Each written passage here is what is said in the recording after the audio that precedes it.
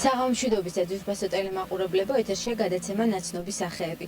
ჩვენ დღევანდელ გადაცემაში წარმოგიდგენთ გორელ მიაკვნეს, ივანე რატიშვილს. უფრო დაწვრილებით კი მისი მოღვაწეობისა და მისი ცხოვრების შესახებ ჩვენი გადაცემიდან შეიტყობთ, ასე რომ აუცილებლად დარჩით ჩვენთან ერთად.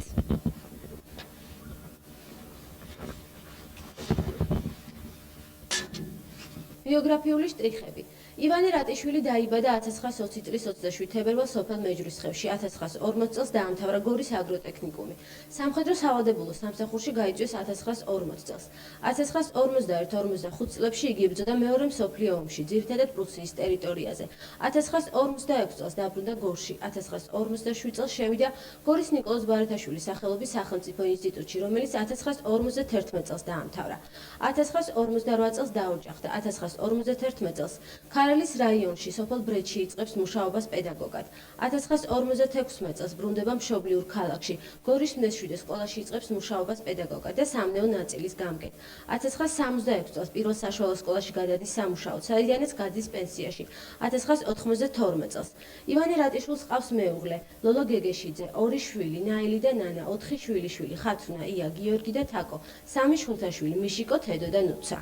აკუნის კეთების ხელოვნება საქართველოში უძველესი დროიდან მოდის.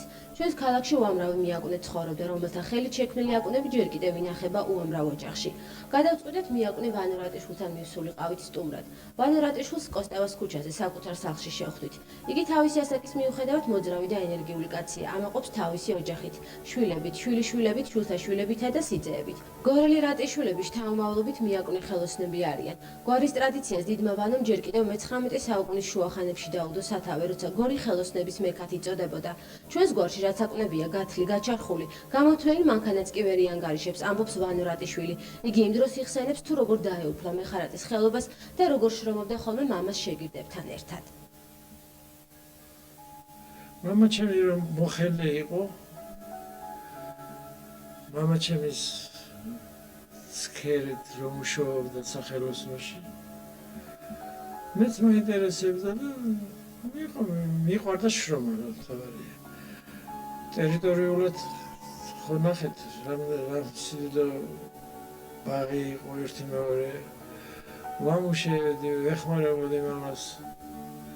მე აგროტექნიკუმში რომ შევედი, საშუალო სკოლაში, უფრო უკეთესად დავიწყე შრომა. უბნის ბავშვები მიყვარდა, სულ თამაშობდი, სულ ლახტაობა, ცხენიანობა და მთელი ამ ჩილიკაობა და ვატარებდი დროსა ბავშვებში. ბევრი ამხანა გამეყავდა ძალიან ბავშვებში, ჩემი ძმების ჩათვლით. ესე იგი, უნავრები არ ვიყავით, მშობლებს არ ვაბრაზებდით. ვეხმარებოდით და ჩვენ თვირაცებთ ამ თავისუფლებას ვადაგებდით. მე ვიცი, რომ თქვენ მამა-პაპათაგან მოხდათ ამ ხელობის სიყვარული. რასაკვირველია, პაპაჩემის მშობლებიც ამ ხელობისა იყვნენ. მერე მამაჩემის მამა და ბიძაც ამ ხელობისა იყვნენ. და მაშინ დუქნობა იყო, აი ციხის ძირში, ციხე რო არის ჩვენ. იქ ჰქონდა დუქნები, სახელოსნოები, მამაჩემსაც ჰქონდა, პაპაჩემსაც ჰქონდა. აი, კარგად მახსოვს ყველაფერი. მაშინ კერძოობა იყო ერთი მეორე, ხდება 20-დან 22-დან თქვათ, რაღაც მე მოვესწარი, მე 20-ში დაბადებული ვარ და 25-დან უკვე რომ ავდიოდი საჭმელი მქონდა აქედან მამაჩემთან დუქნები, იმაში სახელოსნოში. ხედავდი რომ კარგი ის იყო რა, სასიამოვნო. ყველანაირი ხელობის ფარდულები იყო და დუქნები ჰქონდათ. მეტყავეები, მეკუდეები, ეს ხარატები, წეღარბძანეთ თქვენა. ხარატებისა იყო 4 დუქანი მაინც, ეს ხდება უკვე 35 წლამდე. და ამზადებდნენ ძალიან ბევრ აკვანს. აკვანი და ყველაფერს. მან მიაკვნეობა ბავშვობიდან აითვისა. მამის სახელოსნოს ხშირად სტუმრობდა და ნელ-ნელა ისწავლა ეს მამაპაპური ხელობა.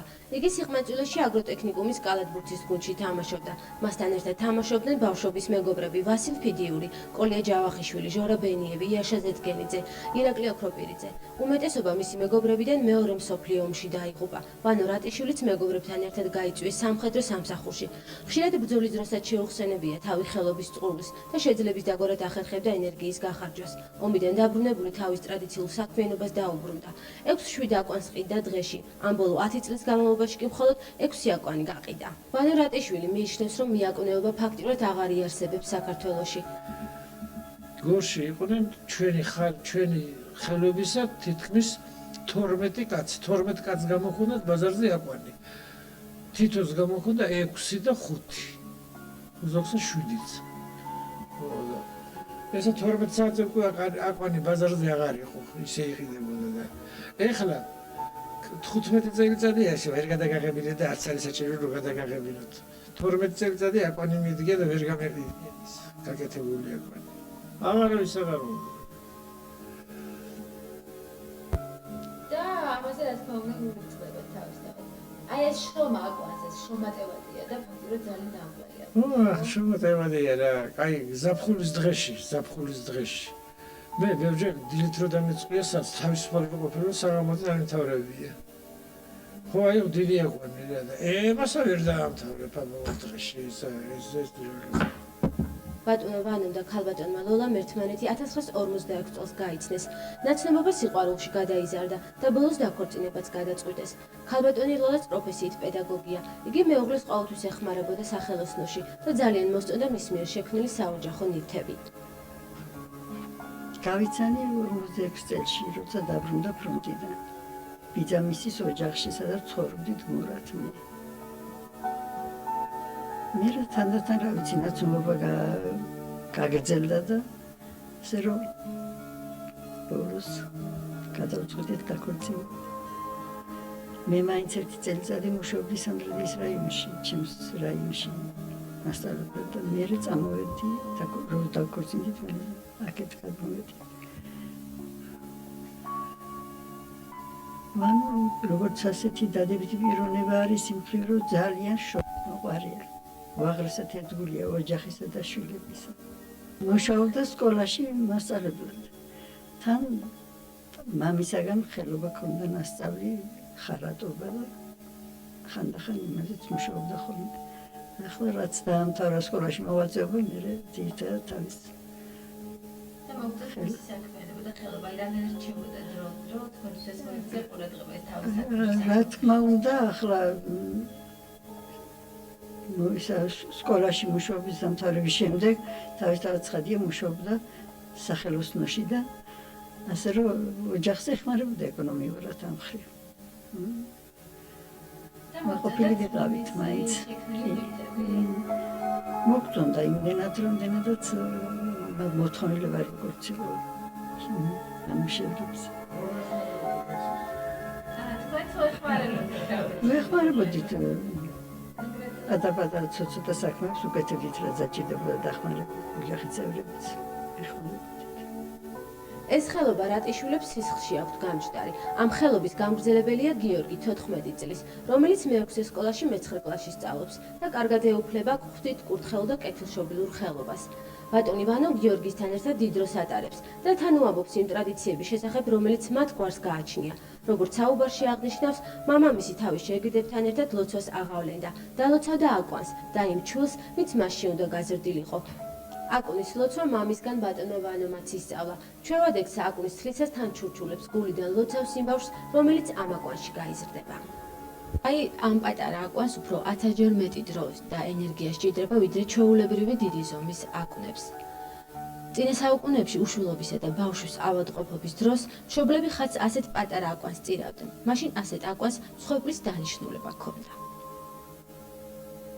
მაგრამ ასე მაღარიჩები იყო და უნდა დელოცათ და თელი ამბავი აკუნის ისა პატრონი რო იყიდი და იმას ცალკე უნდა იყიდა, უნდა ცივ-ცივი საღვინით მიეტანა ღვინო დუქნებში იქვე სამეკითუნოებიც იყო.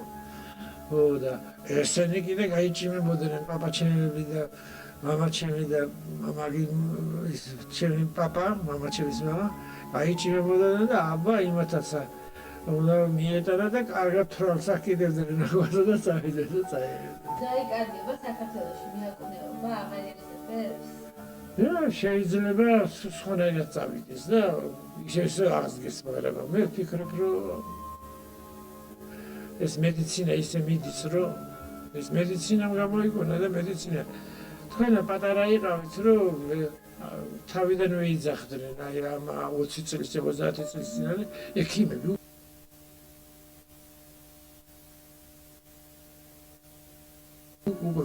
ჯერ ის რა იყო, ისე რომ ბავშვებს რო უკეთებენ ის რა ქვია,